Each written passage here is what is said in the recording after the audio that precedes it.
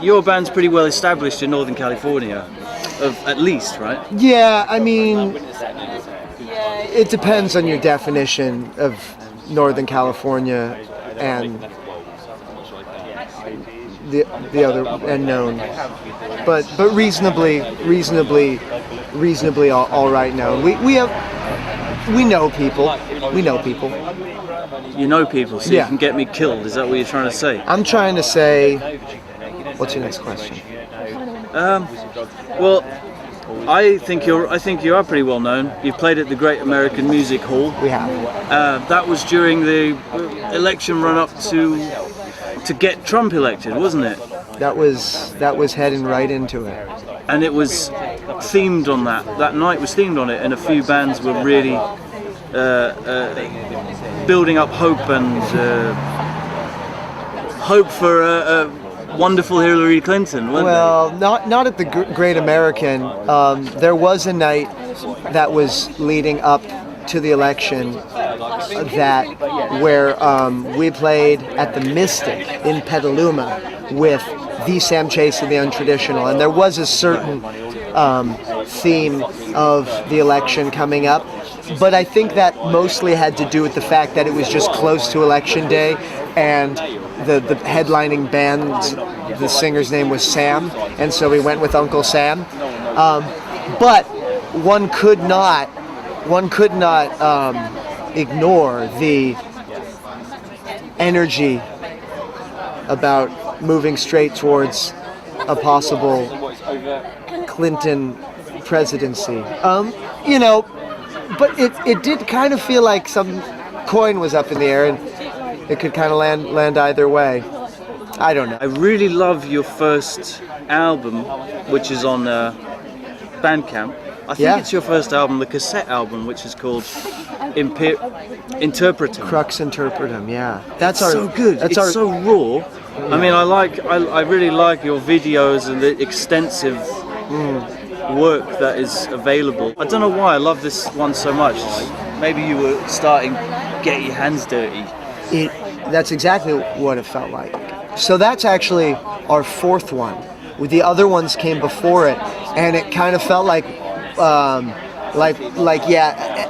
we just wanted to get things out. I think with the first three, like the first two albums, I'm sure a lot of other people can relate to this. We were making it in our living rooms and just kind of trying stuff out, and I'm really glad we finished the tunes and put them out there, but we were definitely figuring it out. And then the third one was the Ratcatcher, and that was songs that were from a play, and we just really felt like we had to capture those and put them out there. So I'm glad we did that, but we were kind of rushed to do it, I think. I feel like with the Interpretum we were able to start having some more fun with the process. We did them all to tape with our friend John Courage in Santa Rosa, and we were able to. I feel like we were able to play more with the messiness of sound with it more, and even within that that was done in 3 different sessions, right. And each one we were able to learn more about what would be fun mixes, to try and since we only had 4 tracks, it's like what we cram on this track or that sort of thing. And that became part of it. It was just 4 tracks. Yeah, it's a lovely homegrown sound. Yeah. We didn't bounce it down or anything, so it was kind of fun to just cram a bunch of horns on. So you didn't use the SM7 microphone for the vocals on that? I don't think so. Yeah, I know. That you have in the video. Okay. Oh no, not for that one. No. Yeah. But we don't need all these things all the time, do we? We don't need all these things. No, we don't. Yeah. I noticed you mentioned the Ratcatcher. You played a song. You played at the Lunar Lounge in Leytonstone 2 nights ago. Yeah. It was a fantastic gig, and you mixed it up with lots of New Orleans stuff, and you had, and everyone was singing a bit. Yeah. Like the different lead vocals. Hannah Davis was singing. Yeah. Well, Hannah spends a lot of time in New Orleans. And Adam, who's playing sousaphone on the tour, Adam Lesnow lives down there, so they bring those songs with them, and I'm trying to learn how to play guitar, so I get to like play. Oh, come on. Oh, come on. How long have you been doing this? I've been playing guitar for a 10 long years? time, but like I'm trying to learn how to play more confidently, I guess. Still, it's weird. I don't know, like you know, play with charts and that sort of stuff. And so you know, I'm like trying to. I love it when people bring songs to the table and then I get to kind of hop on with them. And that sort of thing. Yeah. So, Yeah, I'd like to learn that too. Yeah, I still get kind of confused up there sometimes, you know, So with counting. How about that song about where you sing? I told my mum and dad not to wait. Wait up for me, and I'll be back. Dogs Made of Rust. Yeah. Dogs Made of Rust. That's the song. Yeah. Was that from Ratcatcher? That's from Ratcatcher. And Brent Lindsay sang that. Yeah. And there's a video of it. He's a brilliant actor. Video of it on YouTube. He's an amazing actor, amazing singer. Hysterical. He's a huge inspiration to a lot of us around the Santa Rosa area. That's where I'm from. You know, north of San Francisco, and he's a huge inspiration on a lot of people there. I'd say, you know, at least a lot of friends that I have. Just as when you see an actor that's just so entertaining to just hear speak, you know, it's really fun. And so then to have him sing a song that I you know worked on is like, yeah, it sounded really like some really old song. I was convinced you guys have taken something classic, you know, not Sondheim or any shit like that. Yeah, sure. But yeah, I think a lot of the songs, I don't know, I feel happy when I feel like a song has reached that spot. Not exactly sure why, but maybe because it provides a little bit more distance and playfulness to sing it. If it feels like you might be doing a spin on a classic or something like that, I find that's fun.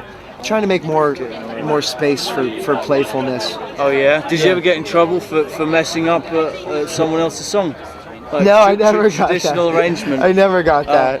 I never got that. It's easy to get away with anyway, I guess. Yeah. Yeah. I mean, yeah, some people have thought that the song is like a traditional one or something. I don't like it when happen. people sing other people's songs and they don't tell you who wrote them. That's the thing. I know. If I do that, after the show, I often feel a lot of pain and regret from not doing that, you know? But I totally feel the same way because these songs are, I mean, when people have done that and when people have, you know, said, oh, this is from, you know, Cab Calloway or something like that, or whoever it would be from, if it's someone that I don't know, I love to research it or something like that. Songs can be a great entry point into learning more about cultures and history and that sort of stuff. And I know that's where I've probably learned a lot about history. I think that's probably true for a lot of people. Have you written any songs about Santa Rosa? Yes. You have? Yeah. Well, I missed that one. I think maybe Dogs Made of Rust is about not leaving Santa Rosa, in a way. I think that song is about being scared of leaving a place for some reason, you know. And then I've had there's other ones too that have had some kind of connection to it, you know. But I generally try not to, I generally don't do that. I did want to do one where I got to choose locations around town and write songs about them, but that has not happened yet. But I do spend so much time in Santa Rosa. I also do production and festivals there and that sort of stuff. So that's a whole thing. That'd be fun. Half of it's burnt down in the fires, and good friends of mine lost their house. Yep. And luckily, but that place will never be the same. So it's great that you will stick around there. Yeah. No. And stay true to your hometown. Yeah. Because it will really not be the same, and it has more of a culture with what you're doing. So what else do you want to talk about? Or are you finished? Well, I mean, it's just a pleasure to be here and exploring the country. And I haven't been here for a while, and I'm really excited to be performing tonight. I'm excited to return. to England as well and keep performing. I have a feeling you will, and I have a feeling you might play in Australia. A little bird told me you might. Yeah? Yeah. I think it could. I don't know. I just got to get out there, I guess. It's the right sort of thing. Yeah. That's really. I think music can. I think music can be a great way to travel. I'm really happy to use it to do that. You know, if you know, and like you had just kind of said about the story, you know, how people, you know, getting background from songs and learning about, you know, how you learn about other songwriters and what they're about over time through the music. I think you can also use it to transport yourself over different areas. That's what I've been wanting to do. I've had a great time going through the West Coast in the States playing music, and I'd love to explore the rest of the world that way. That's this trip here with this recent tour with the Crux has really shown me that I want to do more of that. You're a minstrel? I am a minstrel. Have a good set.